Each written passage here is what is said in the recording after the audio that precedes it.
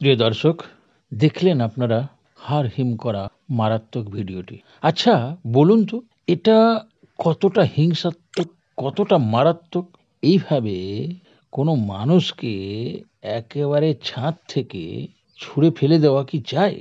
কিন্তু দেখুন এরা কতটা নির্দয়ী, কতটা নির্মম হতে পারে যে একই পরিবারের সদস্যরা তাদের নিজেদের পারিবারিক ঝামেলার মধ্যে নিজেদের পরিবারের লোককে ছাদ থেকে একবারে চ্যাংদোলা করে ছুঁড়ে নিচে ফেলে দিল।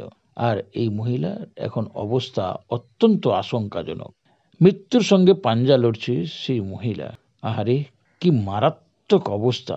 ভাবা যায়, ভাষা খুঁজে বেরোচ্ছে না ওই দুষ্কৃতীদের কিভাবে, মানে কতটা এদের প্রশাসনের পক্ষ থেকে ব্যবস্থা গ্রহণ করা উচিত। এদেরকে কি বলবো, আমাদের কাছে কোনো ভাষাই নেই। এত এত নিষ্ঠুর, এত হৃদয়হীন হতে পারে মানুষ, ভাবা যায় না। এই ঘটনাটি ঘটেছে কোথায় জানেন? মথুরাপুর দেবীপুর অঞ্চলের তেঁতুলবেড়িয়া গ্রামে। স্বর্গীয় অনিল পাইকের 5 ছেলে ও 2 মেয়ের মধ্যে তাদের নিজেদের বসবাসের জায়গায় কিছু ঝামেলা, কিছু সমস্যা ছিল। তো সেই জায়গাটা ভাগাভাগি না করে সেই জায়গার উপর অনিল পাইকের ছেলে নিত্যরঞ্জন পাইক ঘর করতে চায়। এই সময় স্বামী বাড়িতে ছিলেন না, না থাকায় পাঁচু গোপাল পাইকের স্ত্রী ও তার মেয়ে মংলা হালদার বাধা দিতে গেলে তাদের বেধড়ক মারধর করে।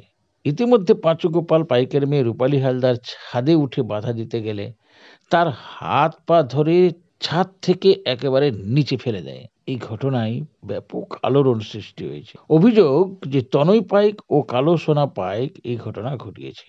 এরা হলো তৃণমূলের সক্রিয় কর্মী। আহত মংলা হালদারকে নিয়ে মথুরাপুর ও পরে কলকাতায় স্থানান্তরিত করা হয়েছে। এলাকায় প্রচুর পরিমাণে উত্তেজনা রয়েছে। এই ঘটনাটি গতকালের হলেও ভাবছিলাম এটা প্রকাশ করব না। এই মারাত্মক ভিডিও প্রকাশ করা সাধারণত উচিত নয়, কিন্তু নিষ্ঠুরতা, এদের যে নিষ্ঠুরতা, এই নিষ্ঠুরতা বাধ্য করছে। রূপালী দেবীর পক্ষ থেকে জানানো হয়েছে তারা বিজেপি করে বলে জোর করে তৃণমূলের মদতে এই ঘটনা ঘটিয়েছে। অভিযুক্তদের বাড়িতে যারা এই ঘটনা ঘটিয়েছেন তারা কেউ নেই, সকলেই পলাতক। কি বলবেন দর্শক?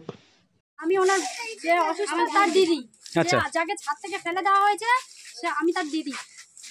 দুই ভাই কথা হচ্ছিল যে ছাদটা উভয় পক্ষ দিয়ে পাঁচিলটা উঠেছে, খরচাও দেওয়া আছে, কোনো কারণে খরচা টরচা দিয়ে দেয়ালটা উঠেছে পুরো দুজনের খরচা দিয়ে। এখন ওরা বলছে আমরা এখন ছাদ ফেলবো। এরা বলছে তার মীমাংসা করে নিয়ে ছাদ ফেলবো, ওটা নিয়ে সমস্যা হচ্ছে, মানে কেস করা আছে। এরা শুনছেন, এরা বলছে আমার ছাদ ফেলে। একদিন রাতে ছাদ ফেলতে আসে, থানা থেকে পুলিশ মানা করে, রাতে ছাদটা বন্ধ হয়। আজকের কারোর সঙ্গে ওনারা ভাই আলোচনা কিচ্ছু করেনি, কিচ্ছু না করে ওনারা কাজে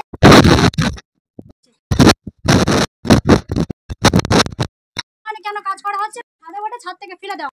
আমাকে বলা হয় আমরা যে উকিল কেস বলে যে তোমার ভিডিও করে পাঠাও। এবার পুলিশ আমাদেরকে বলছে তোমরা এইখানে কোনো কেস হবে না, কোনো কাজ হবে না, থামাও বলে। আমরা কাজ আমাদের সামনে থামালো, থামানোর পর বলছে আমাদেরকে, যাই হোক এখন বলছে থামানোর পর আমাদেরকে বলছে যে তুমি চলে যাও, তুমি ওই থানায় যাও, দুটোকে মীমাংসা হলে কাজ হবে বলে। আমরা চলে গেলাম, পুলিশ এদেরকে বললো কাজ করতে। পুলিশ দাঁড়িয়ে থেকে কাজ হলে ওরা কাজ করলো। আমরা থানায় বসে আছি 2 ঘন্টা, কোনো কাম মানে পুলিশে যায়নি, এদের পার্টিও যায়নি। আমরা চুপচাপ থানায় 2 ঘন্টা বসে আছি। এসে দেখি ছাদ ফেলা হয়ে গেল। আমাদের বললো ছাদ বন্ধ বলে। আমরা যাওয়ার পর পুলিশ এদেরকে বলছে কাজ করে দিল। তারপরে আমি এসে ভিডিও করছি, একটা মুসলিম লোক, আমি যাই আমাদের পাড়ারই লোক না, আমাকে বলছে তুমি ভিডিও করছো কেন? তার নাম ওই আমাদের স্টেশনের কাছে বাড়ি। আমার বলছে তুমি ভিডিও করছো কেন? আমি বলি আমার তারপরে কি হলো সেটা গল্প বলুন, পরের গল্প। হ্যাঁ, ভিডিও করার জন্য সে আমার বলছে ফোন ভেঙে দেবো। আসল তারপরে আপনার বোনকে কিভাবে ফেলে দিল, কখন কিভাবে সেটা বলুন।